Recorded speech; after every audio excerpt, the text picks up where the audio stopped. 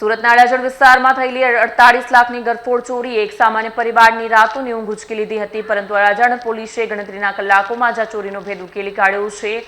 પીડિત પરિવારના ચહેરા પર ફરી હાસ્ય લાવ્યા છે.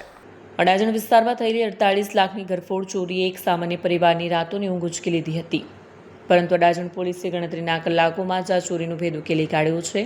અડાજણ પોલીસે ચોરીની ઘટના બાદ તાત્કાલિક આસપાસના 100થી વધુ સીસીટીવી કેમેરાની ફૂટેજ ચેક કરી ટેકનિકલ સર્વેલન્સ અને હ્યુમન સોર્સિસના આધારે આરોપી સુધી પહોંચવામાં સફળતા મળી. પોલીસની આ સજાગતાએ ગુનેગારને ઝડપી પાડવામાં મુખ્ય ભૂમિકા ભજવી છે. પોલીસે આરોપી દેવરાજ ઉર્ફે કાલુ અભિમન્યુ પાટીલની ધરપકડ કરી છે. તેણે સુરતના અડાજણના સેતુ વિલા વિસ્તારમાં ગરફોડ કરી 48 લાખની રોકડ ચોરી કર્યાની કબૂલાત કરી છે. પીડિત પરિવારને ભારે રાહત મળી છે. પોલીસે આરોપી પાસેથી 48 લાખ રોકડ, એક એક્સેસ મોપેડ, 2 મોબાઈલ ફોન મળી કુલ મળીને 48.85 લાખનો મુદ્દામાલ જપ્ત કર્યો છે.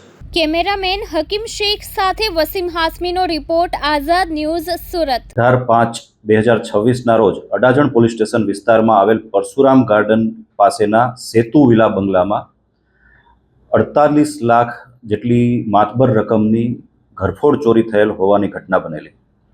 ઘટનાની જાણ થતાં અડાજણ તેમજ સુરત શહેર ક્રાઇમ બ્રાન્ચ સહિતના ઝોન 5 વિસ્તારના તમામ ઉચ્ચ અધિકારીઓ સાથેની ટીમો સ્થળ પર પહોંચી ગયેલ.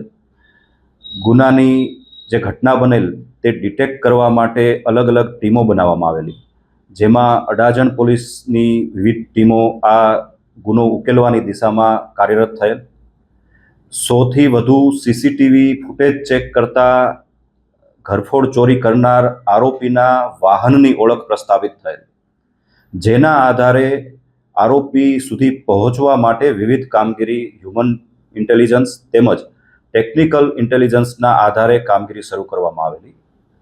શરૂઆતમાં ગુનો કર્યા બાદ આરોપી મુંબઈ તરફ ભાગી ગયેલ હોવાની હકીકત જણાયેલ, જેના આધારે પોલીસની એક ટીમ મુંબઈ તરફ રવાના થયેલ. આ દરમિયાન જે ચોરીમાં લેવામાં આવેલા રૂપિયા જે આરોપીએ સુરત ખાતે જ એક ખંડેર મકાનમાં છુપાવીને નાસી ગયેલ.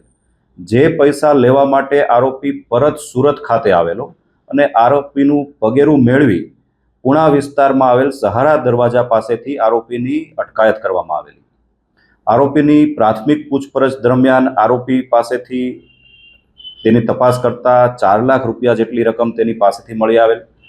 આ ઉપરાંત યુક્તિ પ્રયુક્તિથી તેની પૂછપરછ કરતા રાંદેર વિસ્તારમાં આવેલ એક ખંડેર મકાનમાં આરોપીએ ચોરીની રકમ છુપાવેલી હોવાની હકીકત જણાયેલ, જેથી ત્યાં તપાસ કરતા ચોરીની બેગ ઉપરાંત અન્ય કેટલાક સોના ચાંદીના દાગીના સહિતનો મુદ્દા માલ પણ મળી આવેલ છે.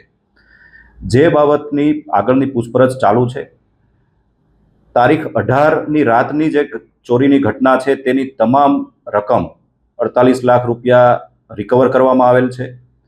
આ આરોપી દેવરાજ પાટીલ અગાઉ પણ 7 જેટલા ગુનાઓમાં વિવિધ પોલીસ સ્ટેશનોમાં ઘરફોડ ચોરી સહિતના ગુનાઓમાં સંડોવાયેલ હોવાનું જાણવા મળેલ છે.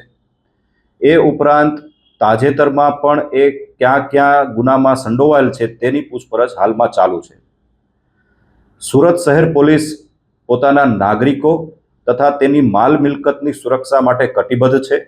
ભવિષ્યમાં પણ કોઈ પણ પ્રકારની ઘટના બને તો તેને રોકવા માટે અને તેને આરોપીઓને પકડવા માટે સુરત શહેર પોલીસ કટિબદ્ધ છે અને કોઈ પણ સંજોગોમાં સુરત શહેરના નાગરિકોની સલામતી માટે માનનીય પોલીસ કમિશનર શ્રી અનુપમસિંહ ગેહલોત સરના માર્ગદર્શન હેઠળ સુરત શહેર પોલીસ કાર્યરત રહેશે.